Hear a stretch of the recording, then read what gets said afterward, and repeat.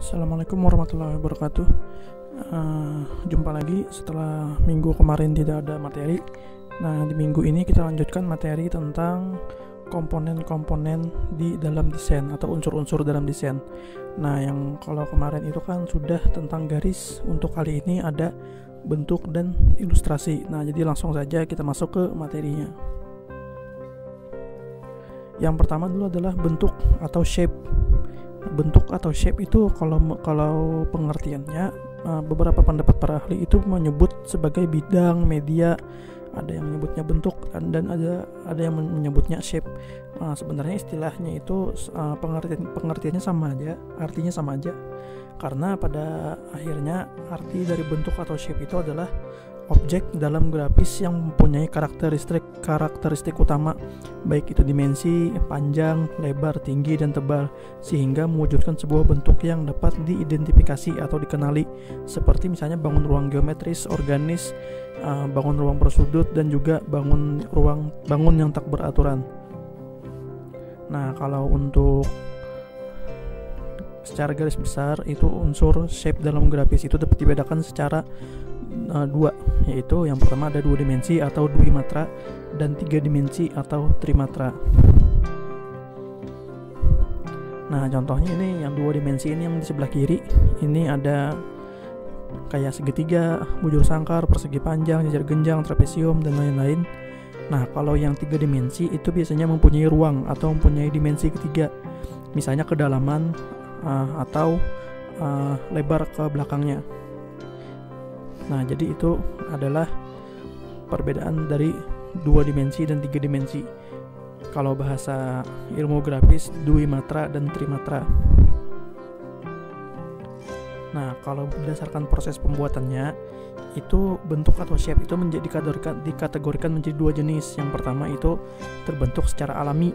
Jadi bentuk yang memang pada dasarnya dibentuk secara alami atau langsung ada di alam, misalnya seperti pemandangan alam. Nah, itu contohnya nanti ada di halaman selanjutnya. Kemudian yang kedua dibuat khusus dengan menggunakan tool atau peralatan. Nah, kemudian yang dengan tool itu terbagi 2 lagi, terjadi akibat gerakan tool aplikasi yang membentuk pola bangun ruang tertentu, misalnya seperti segitiga atau bujur sangkar. Kemudian timbul dengan sendirinya karena ketidaksengajaan terjadinya perbedaan warna, singgungan garis, dan tekstur. Ini mirip seperti garis yang tercipta karena perbedaan warna kemarin di pertemuan sebelumnya. Ini contohnya. Untuk gambar yang di sebelah kiri itu adalah bentuk-bentuk yang tercipta secara alami. Ada gunung, ada pohon. Nah, itu adalah bentuk-bentuk yang tercipta secara alami yang memang bukan kita atau manusia yang membuatnya. Dan yang sebelah kanan ini ada sebuah gambar. Ini ada rumah dengan atap berbentuk trapesium, pintunya berbentuk persegi dengan sudut yang tumpul. Selain itu ada matahari yang berbentuk seperti lingkaran dengan banyak garis-garis di sisinya, dan awan yang terbentuk dari kumpulan-kumpulan lingkaran. Nah, ini adalah bentuk yang dibuat dengan menggunakan tool. Selain itu juga ada bentuk-bentuk di bagian gambar kanan ini yang tercipta karena perbedaan warna. Misalnya pada bagian gunung itu ada bagian bayangan pohon itu tercipta karena perbedaan warna. Nah, seperti itu. Itu adalah untuk bentuk yang dibuat dengan tool dan bentuk yang dibuat secara alami. Kemudian yang kedua adalah ilustrasi atau gambar. Istilah ilustrasi sendiri berasal dari kata illustrate, bahasa Latin. Artinya menggambarkan atau menjelaskan tentang suatu hal. Dalam unsur grafis, dalam pelajaran desain grafis, ilustrasi itu bentuk gambar sebagai penguat informasi yang akan disampaikan pada orang yang melihatnya. Kita ambil contoh ketika kalian melihat acara TV, itu ada misalnya sebuah berita kriminal. Jadi ketika pembawa berita membacakan beritanya, akan ada sebuah gambar bergerak atau video yang memperlihatkan bagaimana kejadian tersebut terjadi atau reka ulang. Nah, itu adalah sebuah ilustrasi. Jadi tujuan ilustrasi itu adalah tujuannya adalah memvisualisasikan atau membuat kita bisa melihat apa yang diceritakan agar memberikan penjelasan yang lebih dalam, lebih jelas, dan lebih memancing perhatian daripada sekadar dengan menggunakan teks saja. Nah, seperti itu. Nah, berikut ini adalah contoh ilustrasi. Ini ilustrasi yang biasanya ada di buku-buku sekolah.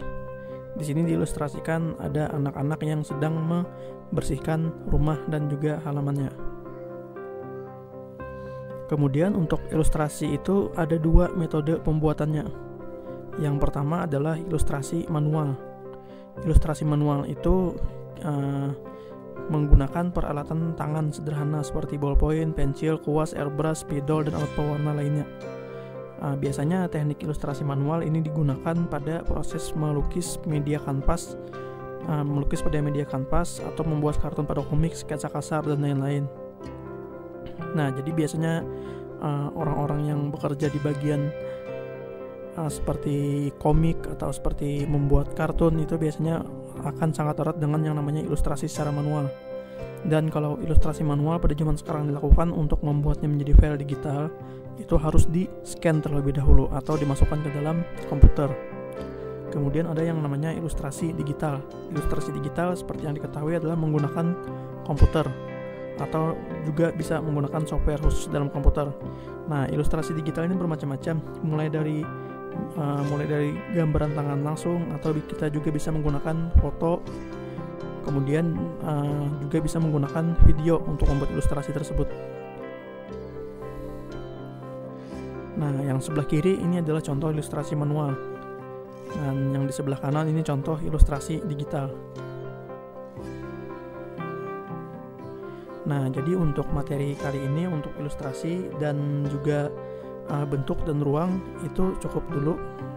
Semoga dipahami materinya, dan sampai jumpa lagi pada pertemuan minggu depan. Terima kasih atas perhatiannya. Assalamualaikum warahmatullahi wabarakatuh.